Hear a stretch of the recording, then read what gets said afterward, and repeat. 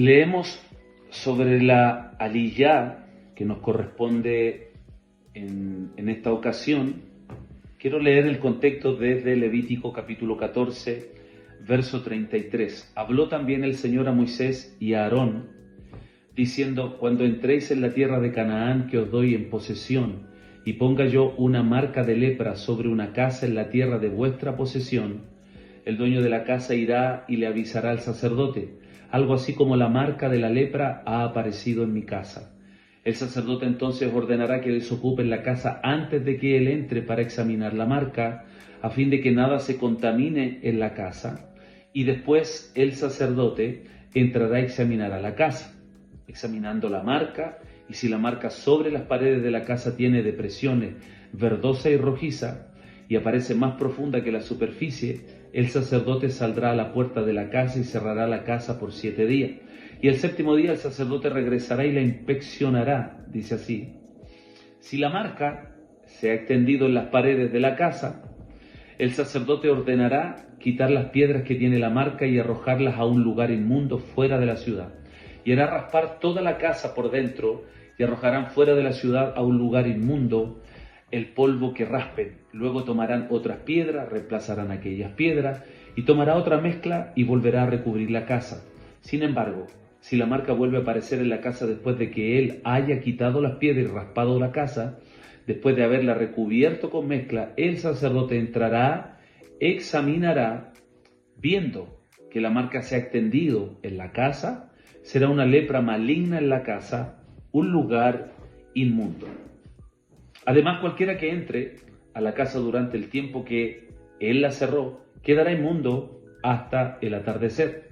También el que duerme en la casa lavará su ropa, el que come en la casa lavará su ropa, pero el sacerdote entra y la examina y la marca no se ha extendido en la casa después que la casa fue recubierta, el sacerdote declarará la casa limpia porque la marca no ha vuelto a aparecer. Entonces, para purificar la casa, tomará 2 avecillas de madera de cedro, un cordón de escarlata e hisopo, y degollará una de las avecillas en una vasija de barro sobre el agua corriente, y después tomará la madera de cedro, el hisopo, el cordón escarlata, junto con la avecilla viva, y los mojará en la sangre de la avecilla muerta y en el agua corriente, y rociará la casa, dice así, 7 veces. Así purificará la casa con la sangre de la avecilla y con el agua corriente, junto con la avecilla viva, con la madera de cedro, con el hisopo y con el cordón escarlata. Sin embargo, a la avecilla viva la dejará en libertad fuera de la ciudad, hacia el campo abierto. Así hará expiación por la casa y quedará purificada. Esta es la ley acerca de toda la infección de lepra y de tiña, y para la ropa o la casa con lepra, para una hinchazón, una erupción o una mancha blanca lustrosa, para enseñar cuando son inmundas y cuando son limpias. Esta es la ley sobre la lepra. Qué particular. Cada vez que nosotros leemos la Torá, cada vez que nosotros tomamos una porción de las Escrituras con referencia, ¿cierto?, a una misma parashá, nosotros lo que tenemos que rescatar siempre es la esencia de la enseñanza.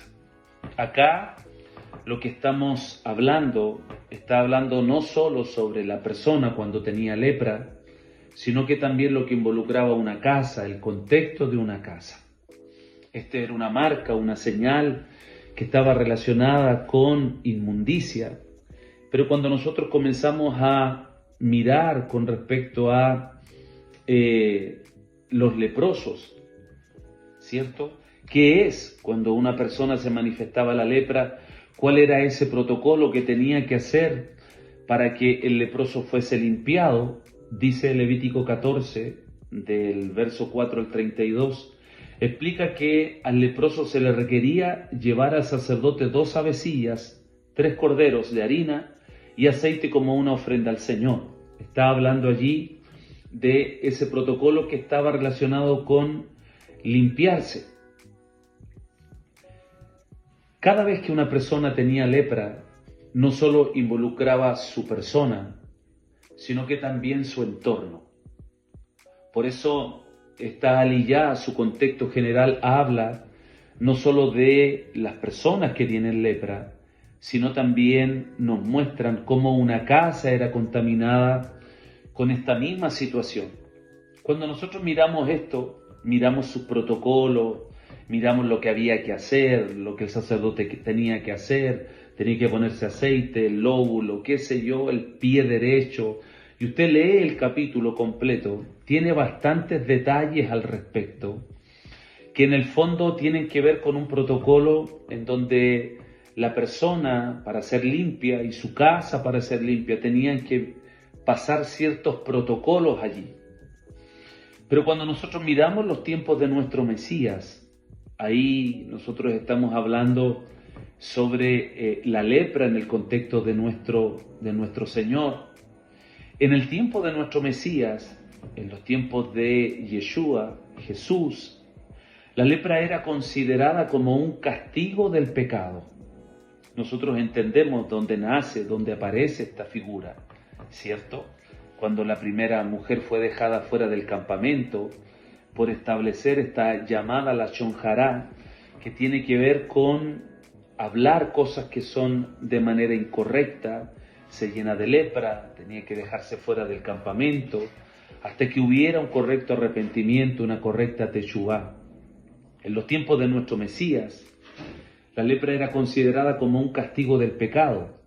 Era la enfermedad más terrible, puesto que entonces era incurable. Por eso había un lugar donde se encontraban todos los leprosos. Los leprosos, en este sentido, vivían alejados de la sociedad en cuevas y en lugares que eran considerados como fuera del contexto de la comunidad, porque obviamente ellos estaban inmundos. Y en este sentido, cuando nosotros vemos la condición de las personas leprosas en el tiempo de nuestro Mesías, no solo era un aislamiento social, sino también espiritual, ya que las personas creían que los enfermos sufrían un terrible castigo enviado por Dios. La lepra, o la enfermedad de la piel que haya sido, fue considerada una enfermedad o pecado donde el culpable quedaba manchado, impuro y contaminado. Volvemos a la esencia de esto, porque cada vez que se veía un leproso en los tiempos bíblicos, las personas con lepra eran separadas del resto de la sociedad y debían gritarles a ellos impuro, impuro, impuro, para advertir a cualquiera que se les acercara, dice así, que estaban en esta condición. Pero la esencia de esto es entender la contaminación. La esencia de esto es entender que de alguna manera, al mirarlo de manera objetiva, la lepra está relacionada no solo, escúchame bien, no solo con lo que habla la Torá, con lo que habla cómo ellos eran considerados en el tiempo del Mesías, pero está relacionada íntimamente con lo que se habla de manera incorrecta. Por tanto, aquí es donde nosotros hacemos esta reflexión, en esta aliyá, viendo estas leyes. ¿Cuál es la reflexión que nosotros tenemos que mirar con respecto a la lepra? Si usted se fija, nosotros podemos ver en este sentido que lo que el Señor busca de nosotros es que nosotros debemos cuidarnos para no quedar en una condición que de alguna manera, bajo la óptica de la Torá, era una maldición, era una consecuencia. Pero ¿cómo lo administramos nosotros en el tiempo actual? ¿Cómo nosotros administramos esta situación en el tiempo actual? No quiero profundizar en el tema, tenemos que ser prácticos, objetivos, precisos, Porque en el fondo esto está relacionado íntimamente con esto, con la llamada Lashon Hara, la lengua maliciosa. Y la consecuencia de eso bíblicamente estaba relacionado con la lepra, que no solo trastocaba la vida de la persona, sino que también el lugar donde ellos moraban, involucraba también la casa. Tenía que ver en este sentido, el sacerdote muchas veces entraba allí, ya le leí algunos versos allí del capítulo 14, estoy aquí de Levítico capítulo 14, pero de manera objetiva, ¿qué es esto?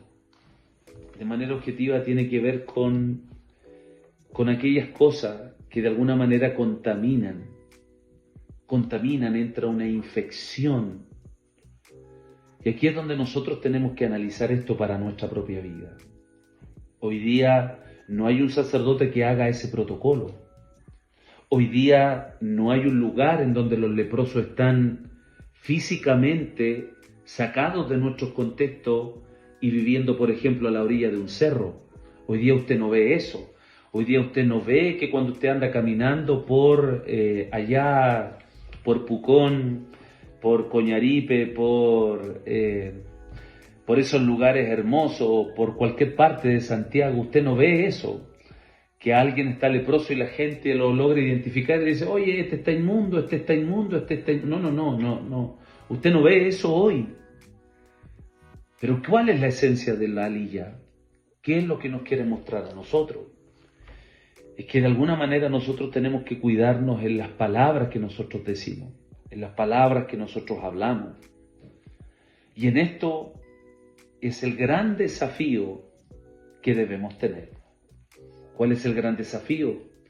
Saber que de alguna manera, en este sentido, tiene una gran enseñanza, porque debemos cuidarnos de no contaminarnos, de no ser impuros. Pablo dice, mas tú consérvate puro. La pureza tiene que ver con no tener el corazón contaminado. Del corazón, de la abundancia del corazón habla la boca. Esta contaminación que hoy no está como en los tiempos bíblicos, como nosotros los vemos, sino que está en otra manera. La contaminación tiene que ver con lo que yo hablo, con la manera con la cual yo tengo prejuicio, con la cual yo hablo en contra de una persona que quizás años atrás la conocí, pero hoy día ya no es la misma persona. Pero insistimos en tener un prejuicio de una manera equivocada, sin entender que el Dios del cielo, el mismo que hace un cambio en tu vida y en mi vida, es el mismo que le puede dar una oportunidad a esa persona. Por tanto, en esta reflexión, ¿qué debemos nosotros entender? Darnos cuenta de esto. Quiero llevarte a los tiempos de nuestro Mesías y contarte desde el contexto histórico lo que ocurría. En el tiempo de nuestro Mesías, cerrando con la reflexión, había un lugar allí,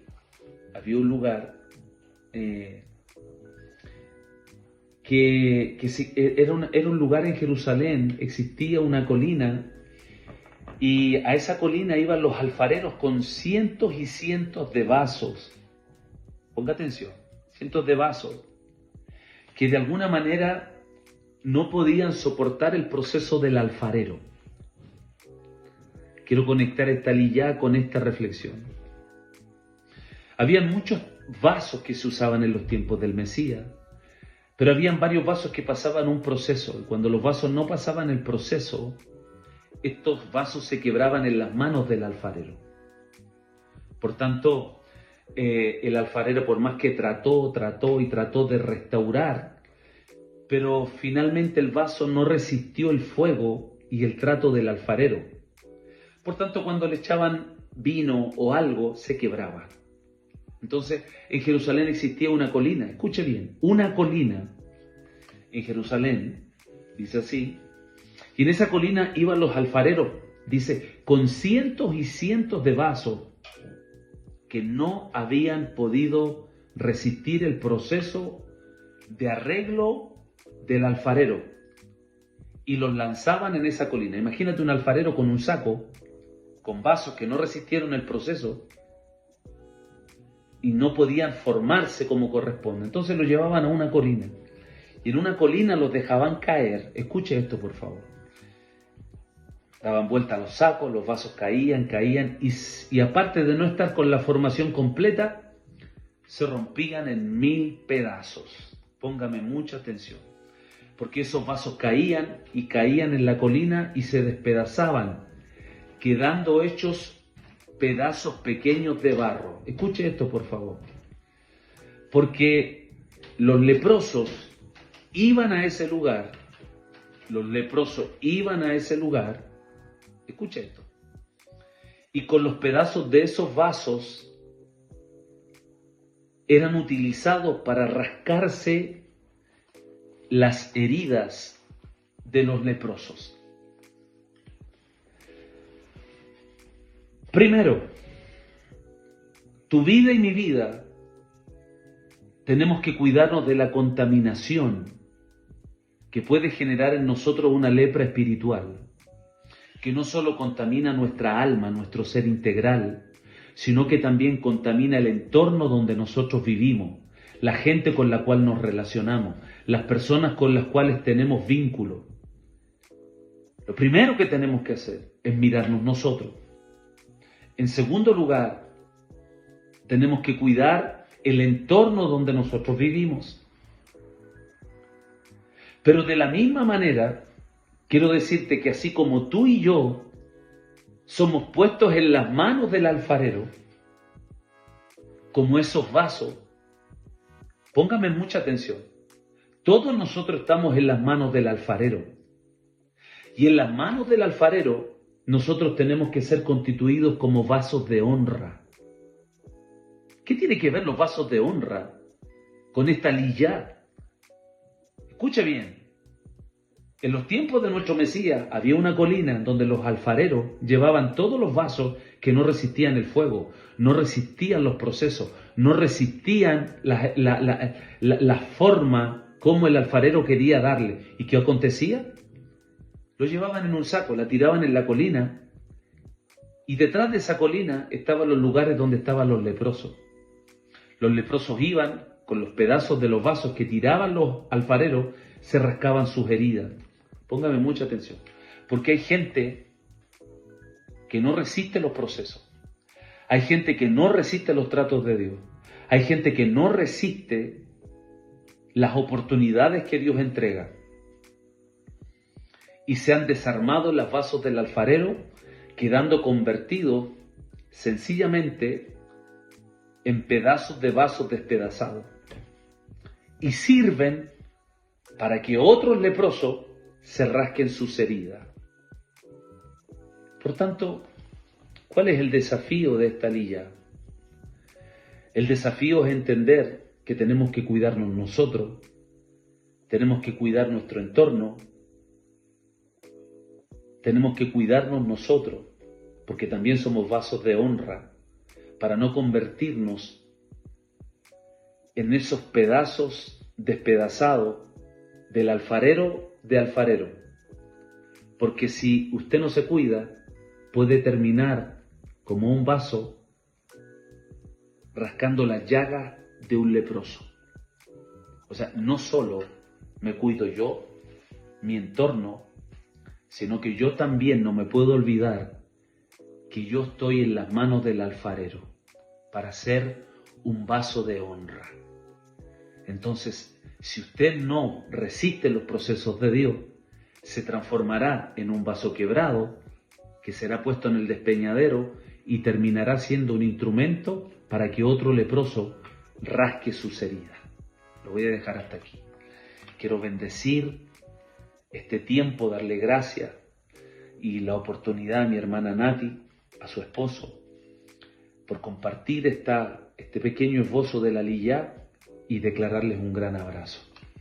Así que ese café con raíces siga siendo prosperado y bendecido, y cariño a todas las personas que van a poder ver esta pequeña liyá que pueda traer bendición.